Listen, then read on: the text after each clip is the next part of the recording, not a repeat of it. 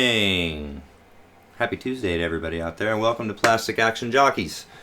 I'm Jockey 7, and today we are going to give you an action figure review of the AC Play Catwoman figure, which is based on the likeness of Michelle Pfeiffer from Batman Returns. So we'll start out by showing you the box, and let's see if we can get the accessories out here.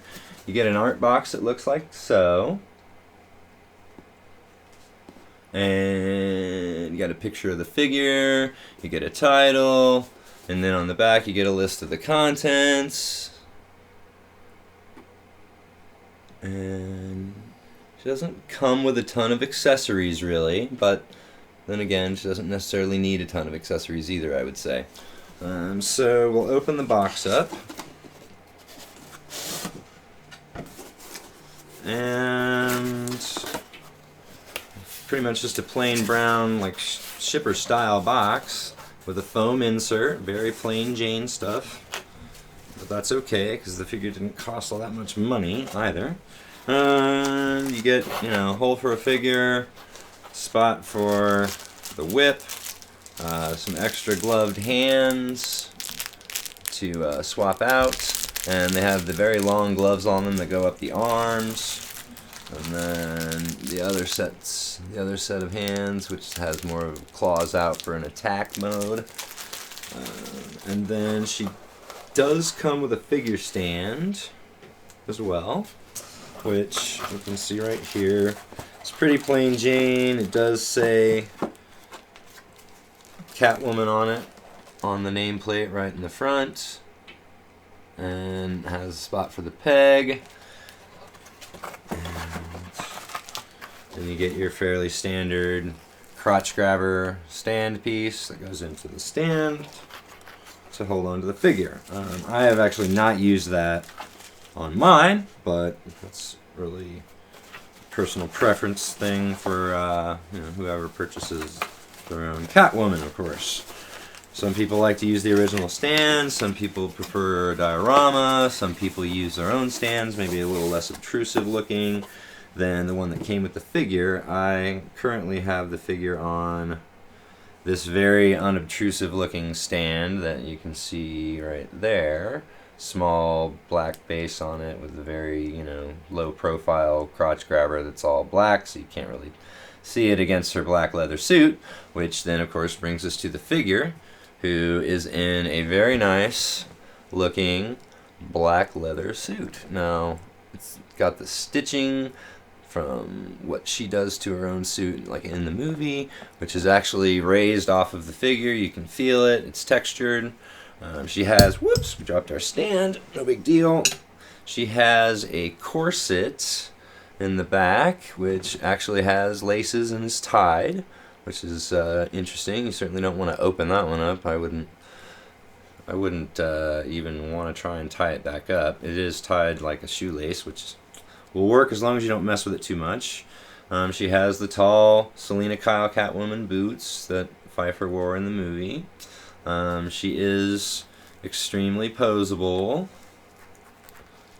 You can even, stretch her out a little bit. You would be in danger of potentially ripping the suit in the crotch area if you were to, pose her in some kind of a crazy wild cat stance potentially. So, and I had her actually posed exactly how I have her standing, where it looks as though she's just walking and kind of taking a step.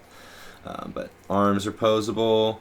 There's, some mobility with it based on the fact that she's in a full-on suit. But the mobility is decent. You can move her arms at the shoulders fairly well. She's got good elbow mobility. Definitely, bending there pretty easily. In the suit, I've had her arms bent for a little bit here, and the suit's not really affected. It doesn't seem to be affected by it, which is a positive thing. You don't want your suit tearing just from a bent elbow, within a month or two if you're going to display it for a while. Obviously she comes with the whip as well, which is fairly sturdy. It's some sort of vinylish type leather piece that seems to be inserted into this plastic handle, which fits very well in these hands, which again come with the long gloves on them so that they go down the arms, so that the peg, and it still has a traditional peg that would fit into the wrist. And then here you have the head. Let's look at the head on Catwoman. So it's a Michelle Pfeiffer based Catwoman figure, and I personally think that it looks a lot like Michelle Pfeiffer in that movie, based on what you're going to see with a mask on. The mask is not removable; it is on the head, and it stays on the head. But it's a very good looking likeness of her. You can tell that it's supposed to be Michelle Pfeiffer, I think. And all in all, I think the figure is very well done. It's obviously not. It's more, AC Plays more of one of those independent type studios, so it's not as expensive as a Hot Toys figure or a Sideshow figure, which can obviously make it a little bit more attractive, because the Hot Toys and Hathaway figure a lot of times will go for decent money, which makes it less accessible of a purchase for some people as collectors. And this figure is wholly acceptable, in my opinion, to own in place of a Hot Toys Catwoman figure. It is available, I believe, now fairly freely on the open market in the US. I know there's certainly examples that are available on eBay. This example was an eBay purchase, actually, and they would pre-order for around $134 to $139. But as an in-stock item, they've been selling more in the range of, I think, $170, $165-ish, which I still think is a pretty good price for the figure. I don't know that I would, get into the $200 range for it, but I think that the figure is a solid purchase for, anywhere around $150 to $175 at the very most, if you were going to, pay an upper echelon price, I guess you could say, which I'm sure there's e-tailers around that would probably have it for less than an eBay price. I purchased a lot of figures from Time Walker Toys. Time Walker does not have this figure available, unfortunately, but I'm certain that there are other e-tailers out there that might have it available for maybe a little less money than what you might pay on eBay. And again, it displays very well with, Batmans that, are Michael Keaton Batman or a non-Michael Keaton Batman. I had it in a display with a Ben Affleck Batman and Commissioner Gordon, and it seemed to fit in very well, I thought. So the durability over time, is obviously in question. I mean, I suppose, this leather is, or this vinyl, I should say, I guess, outfit potentially could potentially break down on you after time, and there's only one way to find out if that's going to happen. The longer you own the figure, the better chances of it happening. But again, for not as high of an entry point for what 1/6 scale collectors pay for action figures, it's really it's really a pretty decent value.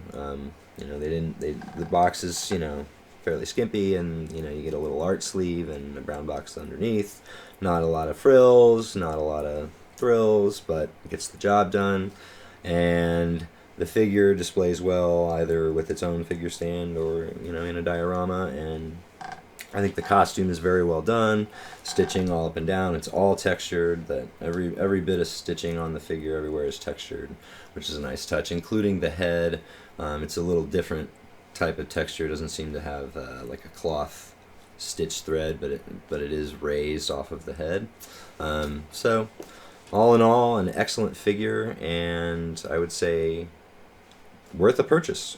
So that's I guess the verdict from Jockey 7 today is go ahead and get one if you're in the market for a Catwoman figure and you either don't already have the others that are available, or you don't care and you're just a big Catwoman fan, which I know there are several of those out there. So buy. Definitely buy. Alright. Well, that's going to do it for our review of the AC Play Catwoman 1/6 scale action figure. I thank you for watching, and we will be back soon with another action figure review. Thank you for watching Plastic Action Jockeys.